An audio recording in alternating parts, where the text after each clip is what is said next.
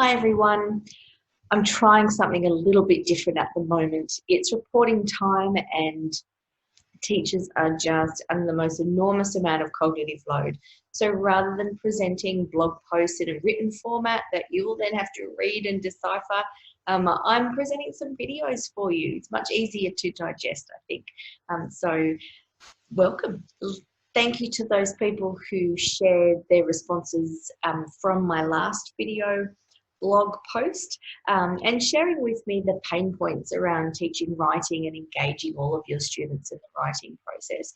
It's really clear to me that there is so much more that connects us as teachers than divides us. The same things that we experience in our classrooms across the country and internationally show us that our students have similar struggles, which means that there are common understandings we can build of how to help them. So thank you to those people who have shared those gleanings with me and their experiences. That was really special. In my last video, I talked about how I was quite frustrated at one point when I was a teaching principal with bucket loads of work to do and feeling like there was just so much to cover that I couldn't do it without sacrificing my time with my kids and my husband and myself. So I went on a little journey of discovery and came up with a set of steps and strategies for how to structure the teaching of writing so that we're building language using really good quality texts and stories as the stimulus for that learning, because we know that language building in context is way better than delivering some kind of decontextualized standalone lesson on nouns. We need things to anchor that to that we can draw on and build on in our teaching and for our students. So I came to this point where I thought there has to be a better way and put together a little system that doesn't require you to rethink everything you've ever done, but it does actually structure it in a way that makes sense. That, you know, I found that in this way I was able to plan 5 weeks worth of content in a couple of hours and know it was good stuff.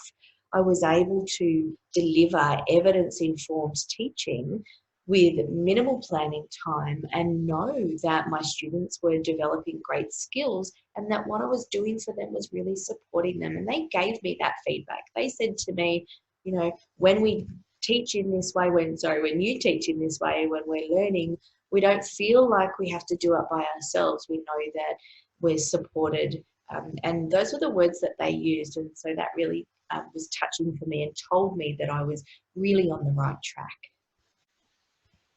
Since that time, I've been able to share this style of teaching in my role as a school leader and instructional coach and share the love because, as I've just said, there's so much that connects us. We're all on the same team working together to get great outcomes for kids. So I've shared this with the teachers around me and they've just taken it on board and are getting the same results. They're able to step back from hours and hours of planning.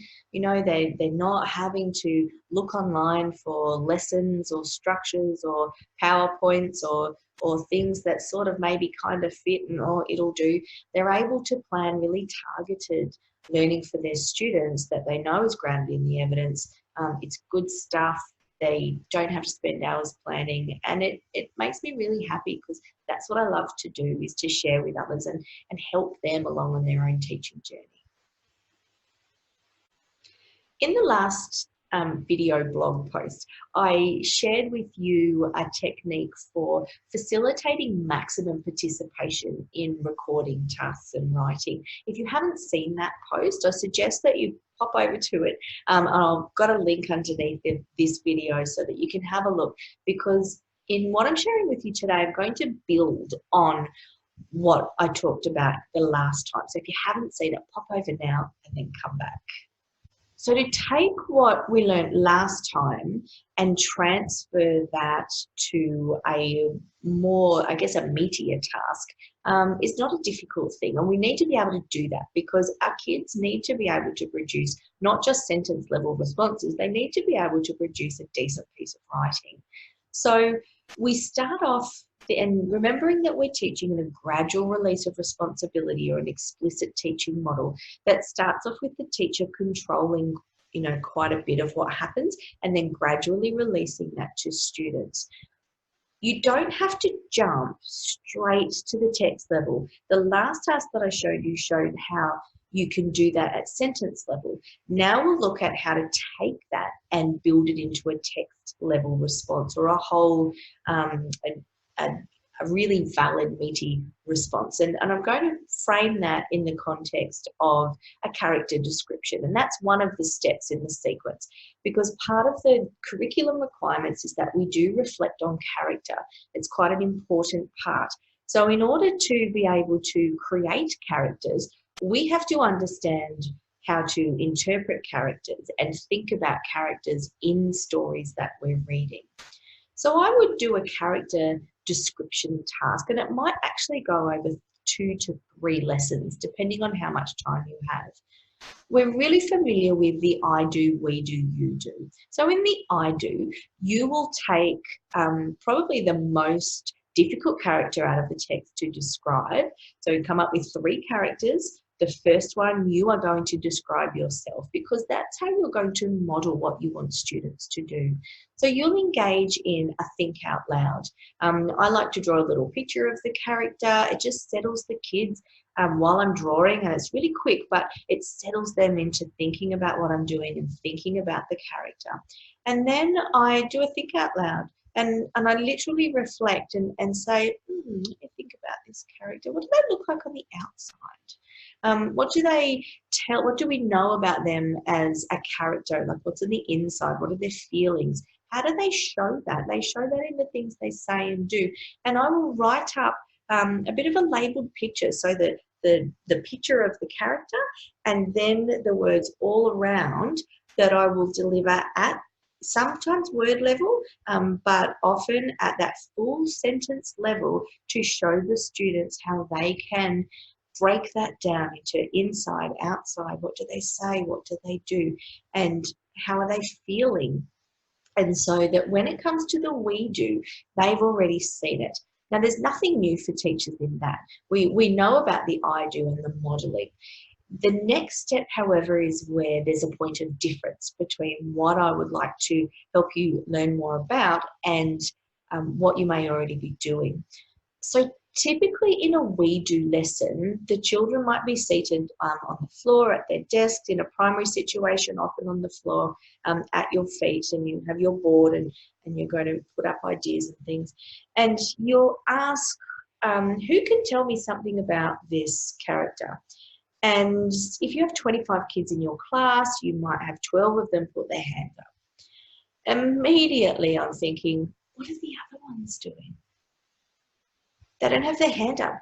How are they participating? So by asking for a show of hands, we are almost excluding a whole range of children out of that activity. Then we are going to select one person, and we're going to ask them to share with us, with you, the teacher, what it is that they would like to share. And then we write it up. Well, 25 kids in the class, one child is talking, one teacher is writing, 24 children are currently not active. You might have a few who do pay attention and follow along, but I'm going to guarantee you that there's a whole bunch of kids sitting in front of you thinking about what's in my lunchbox, what did I play at recess, oh, my foot's itchy. They're going to be thinking about so many things other than what it is you want them to think about in terms of character. So you might continue along in this way, and you might, through that question, answer, response, have, maybe 10 children perhaps who've contributed something. I want to help you reimagine what that lesson can look like. So first up, we're not asking for hands up. That's just not going to happen, because we want everybody to participate. The first thing we're going to do is we're going to present an image of the character, and you don't want anyone to speak at this point. You want them to think. So they've become familiar with these characters through all of the background building the field that you've done, as I suggested in the last video. So there's nothing new here for them. They will all have the knowledge of the character to draw on. So you want them to have a little think about it to themselves, and you're going to give them maybe 10, 15 seconds. Look, that can take a little bit of training to get children to just sit quietly and be comfortable in the silence. That might need some explicit teaching of its own, but you want them to think about it. Then you want them to talk to a partner. And they're both going to talk. Whether you choose that they pick who speaks first and they manage it themselves, or whether you assign a partner 1, a partner 2, and you facilitate the swap over, completely up to you. You'll know how you want to do that in your classroom and what's appropriate to your cohort based on their age and development and context and all those things. But the first thing you're going to have them do is actually talk to your partner, 2 people talking. And then we're going to do the old, so we've done the think and then we've done the pair. Now we're going to do the share, but the share is not going to be with the whole group yet. The share is going to be with another set of students. So then you'll have 4 students talking together, sharing their ideas. Every time they listen to somebody else's idea, they're building more knowledge for themselves. So think by yourself, talk to your partner, pair, and then share with your 4 students together. Those 4 students then become your writing set. So in the last video when I talked about 3 or 4 students, all with a pencil, with a piece of paper, contributing at the same time, that's what you're going to repeat in this context. So again, A3 piece of paper, nice and big, with a picture of the character in the middle, 4 students, all with a pencil, no scribe allocated, all writing down their thoughts about this character. And you will have shown them about, we're looking at the inside of the character. What are their feelings and thoughts? How do they show that on the outside through their actions? What is the character's appearance? How are we going to describe that? You will have unpacked that in your I do, and then be giving reminders as you had the students think for themselves, pair, and then join together in their 4. They're going to write. Then they're going to share again in the group. Once they've done that, they bring their piece of paper back to the mat, or however you have your class arranged, and they're going to share that with the group. So you won't be able to have everybody sharing, and that's okay, because they've had lots of opportunity to talk and share in their small group. But you might share some of the things with the whole group. You might want to share that with, I'll backtrack. You might want to take some of the things that you've observed while the children are writing and have that shared with the whole group. So while your 4 students were together all writing, you were walking around listening to what they had to say, and you'll think, oh, gosh, that was a really good point. I love the language that student used. I want that. That's what I'd like to see in all the students. So when you bring them back to the mat, you ask them, Sally, can you please share with the group what you wrote about this character? And you'll do that 3 or 4 times. But you don't leave it there. So your students who you've handpicked to share what they have written have shared. Then you want your students to go back in their group of 4 and discuss what they heard. Then you will ask them, would you like to add anything now to what you've written about the character you've just described? Give them an opportunity to add to what they've said, because what you want them to do is take in that language of their peers, because we're learning from others, take that in and have that build on top of what they already have. That is a way to do the share, the we do, in a much more collaborative, participative way. What you'll then do is, once you've bedded down, everyone said everything they want to say, is you will ask them to choose their number 1 point. As a group, decide, what's our best? What's our best observation of the character we have? And then the groups will give you, the teacher, one of those points which you will write up. And while you're doing that, you're modeling for them how they can structure their character description. So you've modeled it already in the I do. Now you're modeling it again in the we do, so that when they get to the you do, they're going to have knowledge then of how to structure their piece, how to generate ideas, how to reflect and think about the character before they start writing.